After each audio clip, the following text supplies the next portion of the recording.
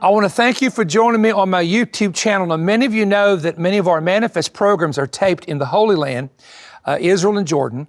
And most of you who keep up with us enjoy those programs so much. So we've had so many questions related to why is there such difficulty with certain groups connected to the Jewish people and connected to the nation of Israel. And it is based on a scripture that I want to give you. Zechariah 12, 2 through 4. Behold, I will make Jerusalem a cup of trembling. That's the King James. Other translations say a cup of drunkenness. To all the surrounding people when they shall lay siege against Judah and Jerusalem. And it shall happen in that day that I will make Jerusalem a very heavy stone, or the King James says a burdensome stone for all people who will heave against it, or all who will heave it away will surely be cut in pieces, though all nations of the earth gather against it. Now that last phrase, all nations of the earth gathering against it, refers to Revelation 16, where he gathers the nations for the battle of Armageddon, which is the valley of Jezreel, a 200-mile square valley in the center part of Israel. It's mostly farming land, but this is where the last battle, called the mother of all battles, will take place. So give me a few moments and I want you to watch all this video. It's important you watch everything, even the conclusion, and something I'm going to be telling you about in just a moment. All right. Let's go back to the year 70 AD when the Romans came into the city of Jerusalem. And you can see Jerusalem on the map right there. See it right here, the city of Jerusalem. And the city of Jerusalem is where the temple was, and the Romans were trying to stop a Jewish revolt, but they were also after the treasures of the temple, which were the gold vessels, because they were going in very heavy debt, handling all the wars and occupations of the country. So Jerusalem was destroyed. The Jewish people were then taken captive and actually removed from their land. And the Romans, of course, took many of them to the city of Rome, made them slaves. Now, at that moment, a year later, this territory, known as Israel, a biblical name, was called Palestine. Now, they get that word from the word Philistine, but they also get it from Philistia, which is an Old Testament name recorded in the book of Isaiah. From that moment on, the Romans also changed the city of Jerusalem, and it was no longer known as Jerusalem. It was given a Roman name. And from 70 AD all the way to about 1948, this entire territory that you're looking at here that has the name Israel on it, all this within blue was known as Palestine.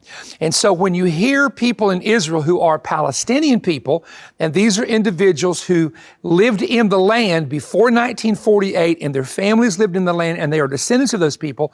So the Arab people, and many of the Arab Christians, and many of the Arab Muslims, of course, consider this area Palestine.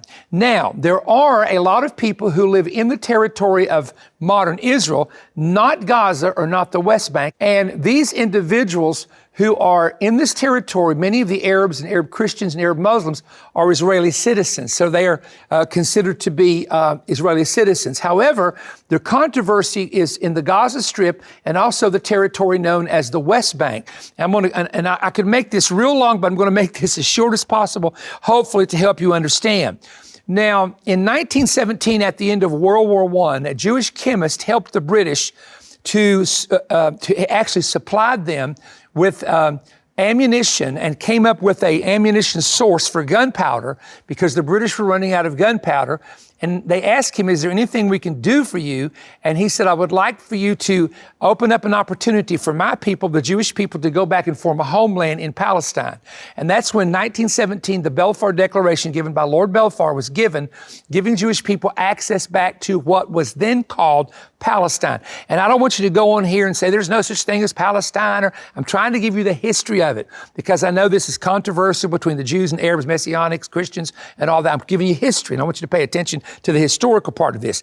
So not too many Jews returned because this whole territory was basically swampland and desert. It was not anything like you see today when you go on a Holy Land tour, for example.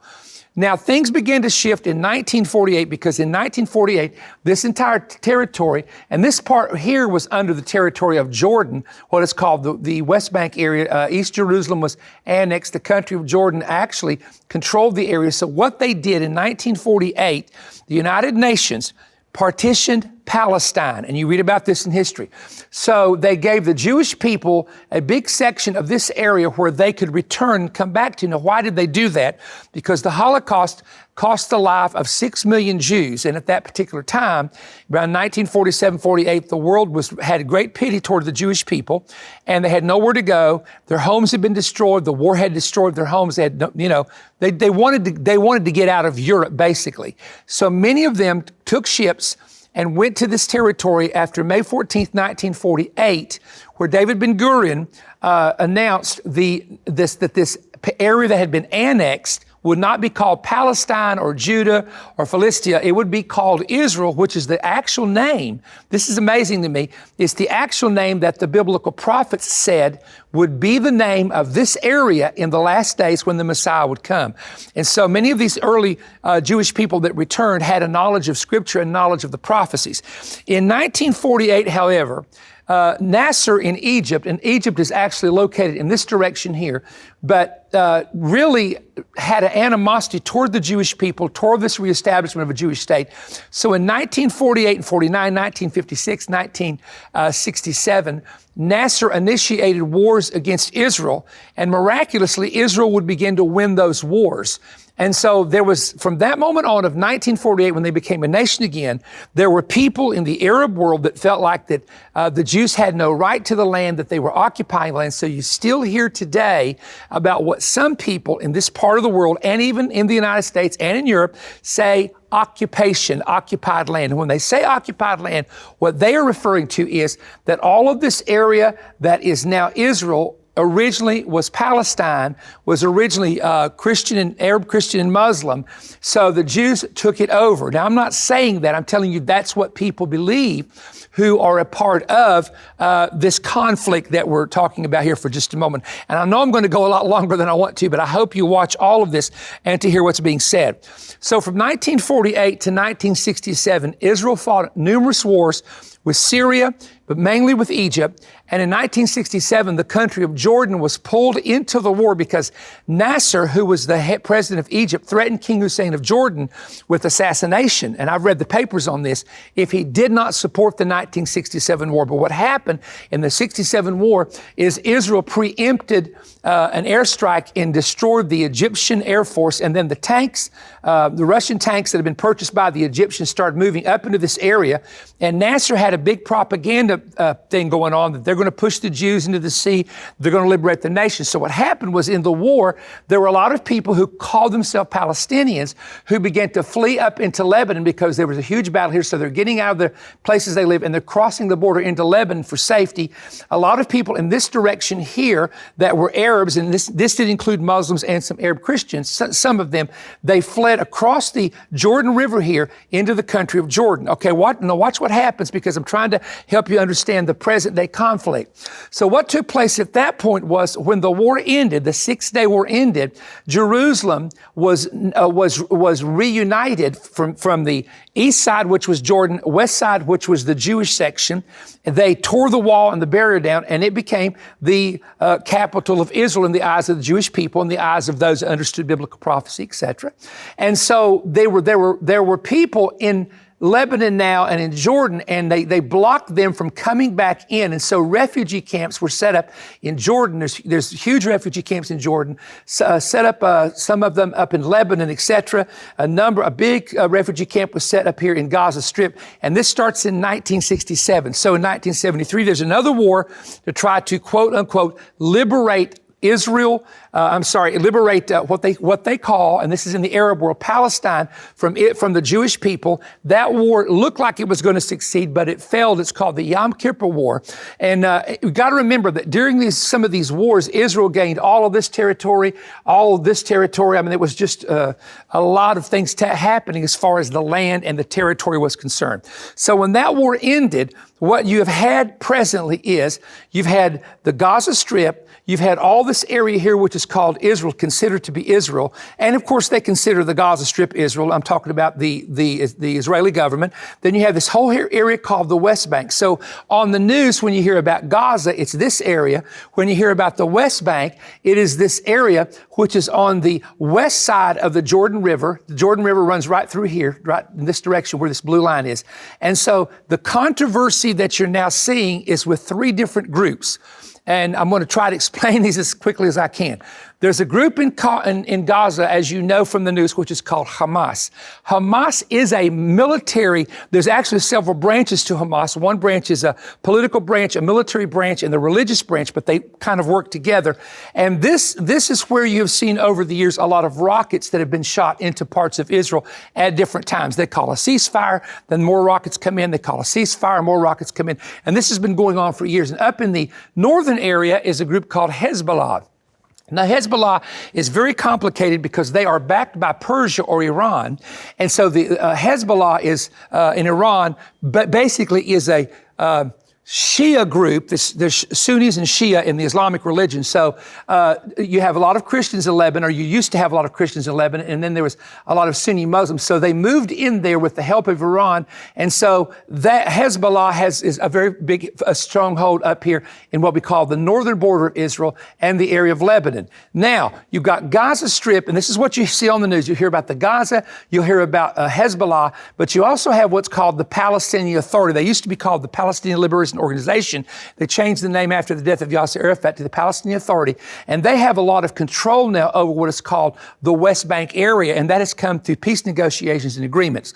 But what has happened is anytime you have an uprising or you have major protests or you have maybe rockets coming in from Gaza, you seem to have this group, which is Hamas, this group, which is Hezbollah, and a lot of the Palestinian authorities sort of working together. Now, the good part about all of this is there are surrounding nations that are predominantly Muslim nations and Arab nations, and they're the sons of Ishmael, if you look at the scripture, that are beginning to make peace with Israel for economic purposes. Now, they know some of the Gulf states will be running out of oil in a few years.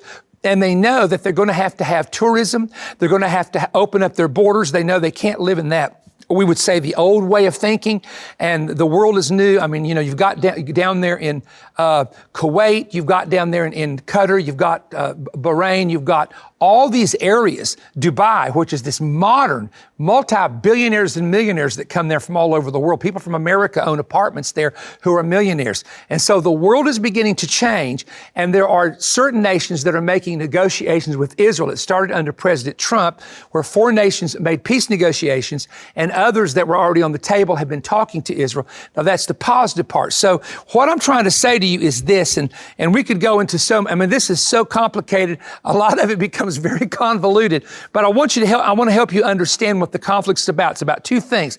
Number one is the belief from, let's say most of your groups like Hamas, Hezbollah, many people with the PLO, that this territory, which is to them called Palestine, is being occupied by Israel and the Jews, and they want them out. That's what a lot of the rocket fire and the battle in these areas is about. Number 2, and this is the big one, and this is prophetic, is the city of Jerusalem. That these particular groups believe that the city of Jerusalem was originally occupied by the Muslims, and that the West and the British and America helped form Israel, and that Jerusalem should be the capital of the Palestinian state. So the battle is for them to take and form what's called a Palestinian state, either inside of Israel, where they have their own autonomy, their own government, their own military, etc.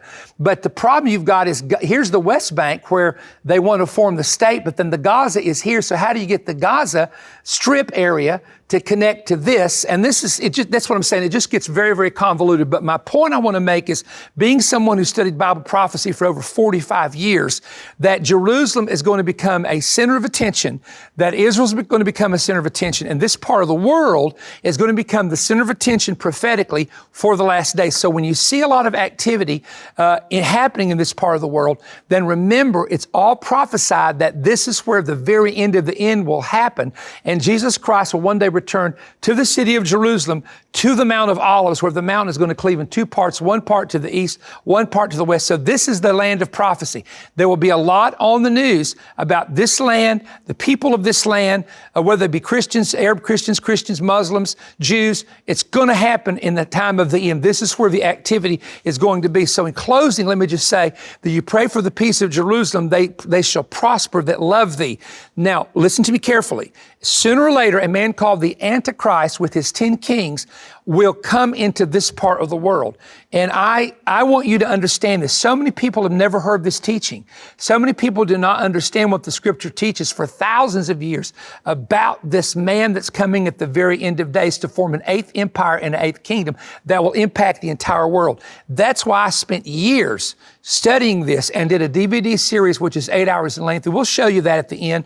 But give us a thumbs up, subscribe to the channel, and watch what you're about to see, because I want you to get more teaching on this subject. I hope I've done it justice. It's so complicated. It would take hours to teach it in details, but I wanted to kind of give you an understanding that it's a conflict over the land and who is supposed to actually be the owner of the land. And that's where the conflict, according to Scripture, would happen at the end of days. But the Bible's amazing. Get into it. You might be surprised what you discover. Thank you for your time.